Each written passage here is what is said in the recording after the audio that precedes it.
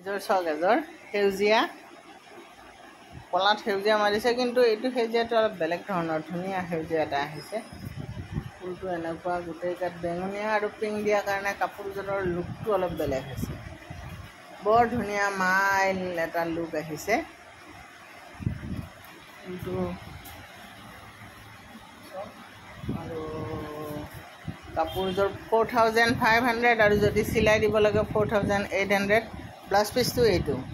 আৰু ইয়াৰ যিটো ছাইড পাৰিটো এইটো ছাইড পাৰিটো আপোনাৰ ভায়লেট কালাৰত থাকিব। চিলালে কাপোৰযোৰ বহুত ধুনীয়া লাগিব। 8753919868 মোৰ হোৱাটছআপ নাম্বাৰ হয়, যদি লাগে হোৱাটছআপ কৰিব। এইযোৰ কাপোৰ কিন্তু ধুনীয়া হৈছে।